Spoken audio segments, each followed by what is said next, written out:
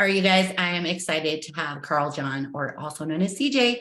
One of my neighbors, again, has come over to bless us with his presence and be on our podcast. So thank you so much for coming over to Thanks for record. having me over here to Yeah. record. Yes. I don't know what's gonna happen. Yeah, we don't know what's gonna happen. No? Spirit be coming Right. through. So he's a spiritual coach. Can you tell us a little bit about what it is that you do? Yeah, I'm a transformational artist. So that encompasses a lot of things. I wrote a book, I put out an audio book with my music on there. And my book is on my own transformational journey. I was a real estate developer, financier, owned restaurants, gaming bars. Like I was a different form of myself and went through a downturn in every part of life, right? Real estate market dumped. I went through divorce, custody battle, all the things at the same time, and went from like 4 houses to sleeping on an army cot like that. And it was partially letting it all go on the slide, and stepping into a new version of myself. Like I hadn't played music before that. I started doing that right at the thing, and I was awakening to a new way of being from, I'm kind of going on, but I was in Taos, New Mexico. I had a house in Taos while I was still married, and started waking up to other things. And so when I stepped into a new version of myself, I did it consciously. Okay, if all of these spiritual laws are true, and if you're being into this space, then you can create from there. And I had like amazing stuff show up in a short period of time that confirmed these things within me. But then I had to walk through all of the fear and the programming and all of the things, right? And I learned some things that are BS, and I've learned some things that are true. And there's certain things that work, and that's what I share with others. So as a transformational artist, I do my art and create in all these other ways, but also work with others to share the same thing, that I've went through. And it's been amazing. It's been one of the biggest blessings to watch people make these major changes in a short period of time in their life. I mean, major. And it's the biggest blessing for me, is doing that work with others. So how long would you say that your personal transformation took? The funny thing is, it was happening in a moment. Like the more I bought in and believed and was being the thing, the faster things showed up. Like I went from never playing to playing my first show. 6 months later, opening for Robin Thicke at this red carpet gala where I had to do my just 2-song thing. And I just put out my first song, and the second song I needed to write because it had to be for me, because the first one was a cover. And so I wrote my first song to do this show that was like that type of Las Vegas red carpet gala, right? Yeah. And then I'm out in Nashville. I had things showing up powerfully the more I beat. And then I went through making some of the same decisions, going through the same process, rewinding myself, stepping out of consciously creating in my life in all areas, and watched where things unraveled, and so my transformation, how long did it take? Some of it like this. Mhm. And it was powerful. I even listened to it when I was learning to sing.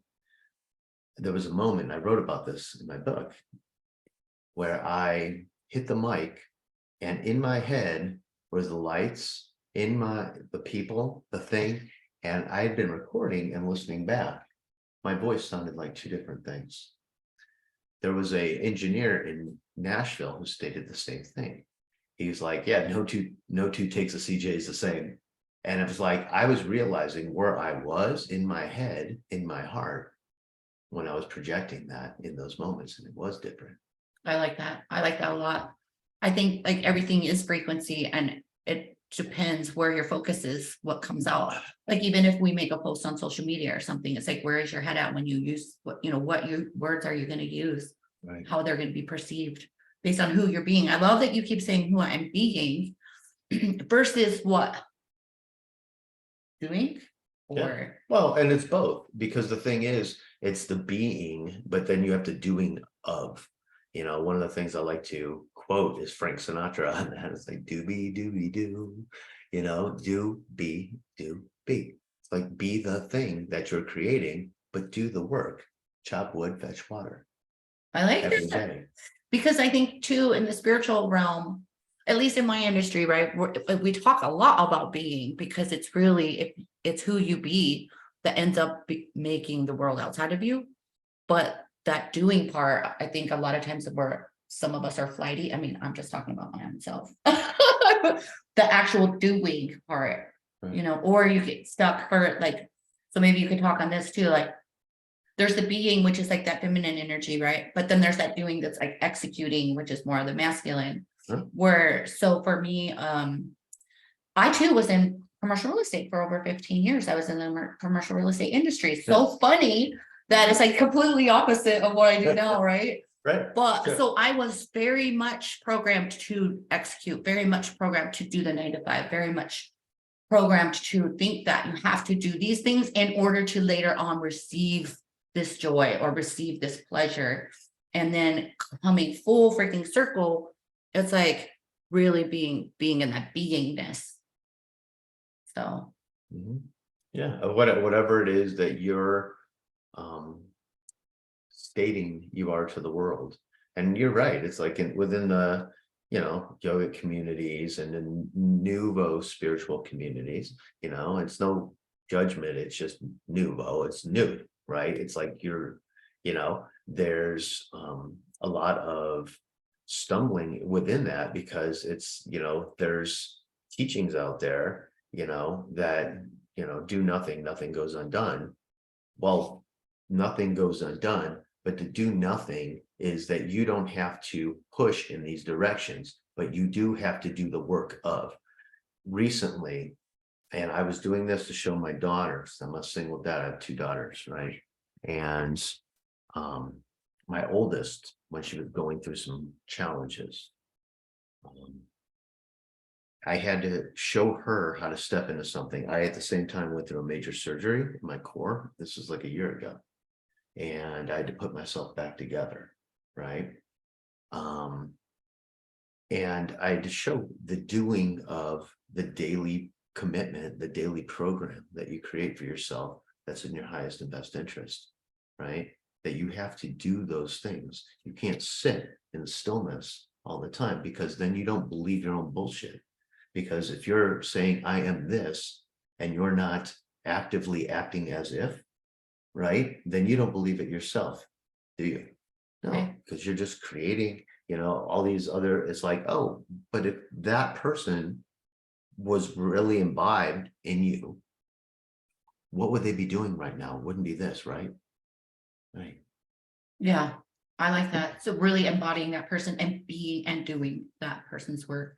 Right. And the fact that you said it, that means that you don't believe it. So when we start thinking really deep, like I like to do, is like, if you don't believe it, then what kind of message are you really thinking? And it goes hand in hand with quantum field, right? Everything has to respond to you. So if you don't believe it, universe is not going to present you with these certain opportunities to make it happen, because universe is like, as you wish, and you don't believe it. So as you wish. Yeah. Yeah, it's you're not going to be receiving what it is you're stating, because you're not really stating in your truth. Right. So I know a lot of my listeners are going to be like, okay, well, they're going to come up with some fabrication of what it is that they want. And then maybe some of them will come up with a limiting a belief on, well, why I can't do that. I can't embody this. What would you say to them? Like last night I had somebody say, oh, you've transformed so much. What was one thing that you do? I'm like, I literally get up and I go for a freaking walk. And she's like, well, I'm on my feet all day, so I can't do that. And that's like, no, yes, you can. Right. So what would you say to somebody that needs to embody something in order to have that transformation? To embody something? Yeah. Where they maybe feel like, I just can't do that. That's just not an option. Well, yeah, of course, and it's like, there's certain things that you're like, if that's not an option, in certain ways, it's like, you can't know what it's going to look like, okay, along the way. It's kind of like, people are like, oh, well, I want this, but I don't like to travel, and but I want to be a musician, or but I hate this part of, and it's like, okay, but what's changed in the last decade? All of that. You could be doing this from your room and be in front of millions of people. Like, all the things have actually changed. So the universe changed around you in ways that you couldn't even imagine, right? To allow that to be. Holy shit.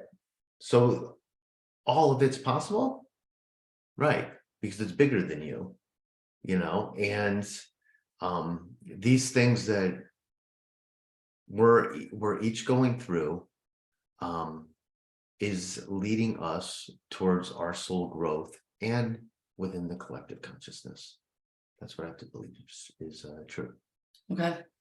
Can you talk more about the collective consciousness and the part that we play, or that you believe that we play? What I believe that we play, is, the small wave on the big ocean. It's like, you're not, the ocean, but you are, right? So if you're part of the thing and the thing is you, are you going to lie to yourself? Are you going to cheat to yourself? Are you going to steal from you? If you believe in the truth of karmic debt, you don't. And it's not something that necessarily changes in a moment, because you have a lot of programming and a lot of things to try to understand differently. But it's something that we continually work through and believe that we are safe in that. Safe in that. So you would say, I don't know, at least from what I'm picking up from you, is like, the more that you surrendered and trusted in the laws of the universe and acted out as if, the quicker your transformation. Yeah, absolutely. This last thing was something that I did to share, just like I did with the physical health. Okay. And I think I'm in some of the best shape I've ever been in, period. Right. And that's a year after all that, right? But of doing and believing and overcoming that belief. I'm actually going to remember this thing. There was one morning, and I put this on social media, and social media was not my friend. I hated posting. I hired a coach to get me to do this stuff. Honestly, but I'm trying to understand the connection with others in a different way through this medium. Anyhow, I'm going through my transformation physically, and I'm trying to share this with others, not to be a workout coach or a thing like that, but to show what you can do. And then there was a day I recorded. I'd been trying to do handstand push-ups, but the core thing is like over and over and over. And this day I didn't even want to work out, and I was talking about that, how I didn't want to do. That day is the day that I did not one, not two, but 5 handstand push-ups. 5. From none to 5, the day I didn't want to do the thing the most. That happens time and time and time and time again. Time and time and time and time again. Believe higher that you can step into this and do it. Just fucking do it. Do it. Just do it. And I've had to experience that. And so recently I created a song I wrote, and I hadn't put it out. And I got 2 of the guys that I admire, love, are most talented dudes, to produce this track. I ended up this is within this month and a half, Fox News in the morning, CBS Sports. I had a casino do the release where they built a stage off of the thing, and everybody was wearing my swag in there, right? Creating something deeper for the community within this. But there was so much that happened outside of, what I thought or what, right?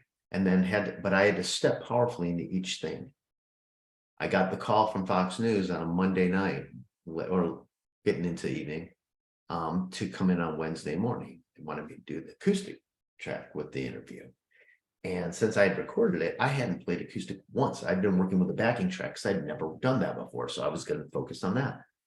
And when you record, the music isn't necessarily, when you add everything, exactly the same as you started it when it was just you and an acoustic, right? So I hadn't really played that at all. And the next day I was gone from 5 a.m. till 9 p.m. So I get back and I'm woodshedding this thing through, right? And so the first time I do it is on Fox News, but you have to step and you have to have faith and you have to know what's going to show up in each moment. Yeah. Right. Mm-hmm. And then you'll learn and grow and challenge yourself and be alive and have faith in the process. Yeah. And don't judge the good or bad that's happening around you because you're not far enough on the timeline yet. Right. And if you judge that, you're adding this negativity. Maybe this is a blessing that you don't even realize. But when you look in the rearview mirror, you understand. Yeah. Oh, yeah. It's a And how many blessing. times have you done that throughout your life? Oh, right. A million times. But Like, just remember that while Mhm. we're going through it. Right? yeah. I always say your darkest moments are the way to the light. So, All my songs are kind of like that. It was like I did song Dark Side of the Soul. And it was from a dark place. I remember when I started writing it, it was in Nashville. I went and grabbed a thing of boxed wine, and it was decent boxed wine. Because, yeah, it's come a long way. tell my audience Clear. decent. Oh my. Clear. Yeah, I haven't been looking at your audience the whole time. I'm like, No, I know. I would. yeah. So anyhow, and it was overcast and everything else. And I was going through this conscious understanding of things that I was doing and being and all this stuff. Well, that song I ended up recording with Robert Mirabal, who's Grammy award-winning sound shaman from Taos Pueblo. Wow. And I ended up winning a Hollywood Music and Media Award in that for Best Folk Acoustic. I lost for Best in the Series, but it was against The Walking Dead. So I felt pretty good about that. And the series never even came out, but it was like, okay, all that happened from the darkest moment. And that's what the song's about. Yeah. And to be a self for others going through that moment at the same time. Yeah. And well, so, okay, let me ask you this. So you're talking about, you do a lot of music. Do you do like personal coaching Yes. too? Or like, do you have online programs too? Yes. Okay. And as a matter of fact, it's like, I've really come to a conclusion that there's two ways I have to work with people in this. And I've had women resonate with me the entire time that have found success. That's where all my testimonials are. That's all everything else, right? I have 2 daughters. I've had to understand this, walk of like the feminine and finding my own divine masculine during that time. Growing up with a single mom, a sister, had a lot of women around me my entire life. And so I do this transformational work with them and they've had success. I started doing it with men and it's like, I wasn't finding the same success with them because they weren't doing the work. They weren't doing the work. Okay. And so what I've realized too, is if I want to do a program for men, I need to do a different type of thing where it's more group. And it's like the iron, sharpens iron type of thing that I feel comes from that camaraderie and all of that. And it's like, I don't know that at this time I will be doing that. I continue doing the work with women and I'm going to do a retreat as well that I'm doing. This is a new thing. It's a road retreat over 3 days and it hits sacred sites, Bryce Canyon, Antelope Canyon, the Grand Canyon, right? And we share on this road trip because my book was a road trip. It was like, that's how it started with a 45 under my seat, thinking I wasn't coming back from this drive. And that's how that story started. All this story started. And I found the most healing in my life is always with the wheels beneath me. And that's where I write from. And that's where meditate from and all that. And then when you can create the group dynamic in this way with the discussions we're having about this transformation to kick off a 41-day program, that's what I'm doing right now. So it's, yeah, that's what I do in coaching, and I do one-on-one work in that way. And it's all, online and everything else, but it's, changing the energetic patterns as well, and through the things that have worked for me. Right. Period. That's all I share. It's like, and I've done the thing, the Kriya Band yoga, technique, Paramahansa Yogananda, and for years, and Christianity, and became a teacher in a Sui Reiki, and started to really, the practice in yoga and Kundalini and all of that, doing all of that along the way as well, right? Finding what works. Finding what works. So essentially, and this is what I get all nerdy about, and I think it's super cool, is like in my industry, or what I do and what you do, is essentially like really doing your own fucking work and being an example for other people to come along and be like, I like their transformation. Like earlier you were talking about, you were sharing stuff, but not because you wanted to be a health coach, but this is the same thing that's happening with my audience. They are losing their minds. They're not losing their minds. They are consuming the shit out of my content because they want to know what's going on in my life. So much has changed in a year and a half, right? Like my husband died and my health was shitty, and like it's just getting better. And so everybody's like, what did you do? Literally, I'm having to make podcasts about, this is my routine that I do in the morning now, you know what I mean? Which I want to say it doesn't have to do with my programs, but it absolutely has to do with my programs, because really what people are looking for is a better way to live, a better way to feel. And when they feel that in somebody else, that's what they're gravitating towards. So they want to know what worked for you, because they want to take steps behind or with you. Yeah. Yeah. And that's what I try to share, like what works, yeah. So I like, as a health coach, it's like, that's not my thing, but here's what worked for me. And if you need me to help you with a program, I could do that. It's like to do your macros and, Right. Because you but you got to do it. Right. But you got to do it. Exactly. Well, that's what I was saying. Like, I talk to people and they're like, oh, well, I can't do that because, well, then you're not going to change, and it's gonna, well, and it's always too, I say that you have to decide, when does the pain become stronger? So strong, you know what I mean? Or your desire for pleasure, which, it's at one breaking point. Either the pain hurts so freaking bad you have to do something about it, or you want the desired result so bad you're going to do something. Yeah, but that's that, decision point, in your life of, that's it. I'm letting go of this old life to receive the new one. And that's the Tao. That's being in flow. That's being in the river. It's the monkey that's swinging from branch to branch, but you have to let go of this one. If you don't, there's that moment, that in-between moment. You ain't quite on this branch yet, but you're not on this one anymore. And you have that point that you can grab back a hold of that, swing back to the other side, go through the journey again, same relationships, same situations at the job, same situation. Or eventually you let go and you grab a hold of the next one and you see where it takes you. Yeah. Love it. Because you're right. Everybody listening is like, that's something that I talk to them about. Like, how tired are you of repeating the same motions? And this, before we started recording too, I said I get fired up about like societal norms too. Like, we've been so ingrained with, you're supposed to do this, this, and this. And then you think in your mind, you're going to end up at some result. And a lot of my clients end up coming to me because they're trying to follow the rules and do all this.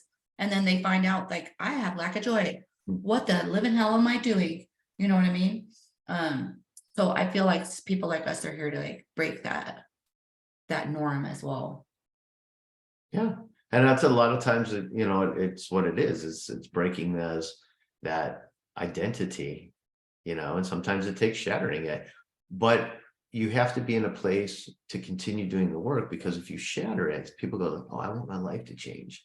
And then their car blows up and their, spouse leaves them, and if you're not in the right place to accept that, because you can have the blessing of having a new car and a new thing like show up really quickly. But if you are angry, you're going to spiral, right? So it's okay to choose to change your life in one shot and just accept. But you got to do the work to keep you there. Because if not, you're going to spiral yourself downward, right? Mhm. And it could be 5 years of going through drama, or the rest of this, the rest of this incarnation, True. Yeah. Amazing. So what made you get into music then? But I've always loved it when I was a kid and everything else. And I, saw the players in Taos, New Mexico when I had my house there. And, I love that songwriter, Red Willow, New Mexico sound and mountainous vibe and everything. And I was like, this is kind of cool. I was in the Taos Inn, sitting outside drinking a glass of wine. There was a guy playing on the inside. There's all the crowd in there because it's kind of circular there. And I thought how I wanted to be that. And I was still doing real estate and everything else up here. And I was going back and forth. And then I had a moment. This was now 10 years ago. Because I remember this. Willie Nelson just had his 90th birthday party. And this was his 80th. So that's when it was. And I was staying down there for about a month. And so I went to these open mics over at the Taos Inn. So I played enough of the dudes in me, and I was playing it, and I did the songs that I'd written. And he goes like, one more. And there was a friend of mine, also tapped in a beautiful way. And she said, I was thinking of you, and heard this song, Mama Don't Let Your Baby Become Wiz. I'd never played this song. Right? I know the song, I just never played it. So all of a sudden, because she said that, I started learning to play it, right? That was a few days before this open mic. So I'm playing, I finished my thing. The guy goes, one more. Place is packed, right? So I'm doing this song. And I mentioned, it's Willie Nelson's 80th birthday. So I'm going to do this song for him. Yeah. Right? And I play, and I do this thing where I go, Mama, don't let, and it pulled off the guitar. Babies grew up to be, right? And when I went, Mama, the whole place did it with me. And I remembered thinking of that sitting right outside, that I wanted to be there. And I did it in a way that was more magnificent than even that moment before. And I had that whole thing come together in a flash. That was Yes. there. So when we like to say there's no such thing as time or space, you experienced it on both sides of the stage. Yeah. Yeah. And then it brought you back to that awareness or whatever. Yeah. That's freaking awesome. Yeah. That is so cool. So tell the audience like the name of your book, where they can find you. My name's Carl John. So you can find me, if you can Google Carl John or carljohn.com from my website, which needs to be all updated, by the way. So if you know another person. Be careful what you Right. They'll be coming to And Carl John on Audible. Carl John, The Journey Home is the book on Audible. I recommend that over the written version even, but that's available too. My music's on Spotify. Carl John, I have a new single out called Battleborn, Vegas Golden Knights, which I really dig because it's also about transformation. Started writing that, in this piece, because I moved back out to Vegas a week before the world shut down. Okay. And so it was a step into like a whole cycle there. But yeah, that's how people find me, to work with me or to listen. You want to listen to music or you want to that. Yeah. That's so cool. I think it's so cool that you do multiple Oh, and art facets too. and art, right? Yeah. I think a lot of people going through their awakening are, multifaceted. And it's part of also the paradigm, I keep talking about that. The shift is being able to be like, I'm not just a banker. I'm not just a spiritual coach or a songwriter. You're influencing and you're just sharing all your different avenues that's worked for you. Multifaceted. Yeah. It's weird. It's when people, go to the go-to, when they meet you and ask me what I do, I'm like, Carl John. That's what Like, but it feels weird to say that as like, it's like, really, I can't, I'm totally me for a living, right? Yeah. And there's not one thing that I do, because none of them are like, oh, he does music on the side. No, it's not a hobby that I do. It's a thing. The guys that I'm working with, like, I'm doing it with this intention and all this, and doing a nonprofit thing. It's like, there's a bunch of different things that I do, Yeah. but what I love to do is share that with others. If I can be of service in that way, I feel like blessed. Um I feel blessed because, the more I can be of service in that way, the more I'm served as well. No doubt. No doubt. Mhm. Well, thank you so much for being on the podcast. Thanks for having me on the podcast. So all right, you guys, hope you love this episode and we will talk to you soon.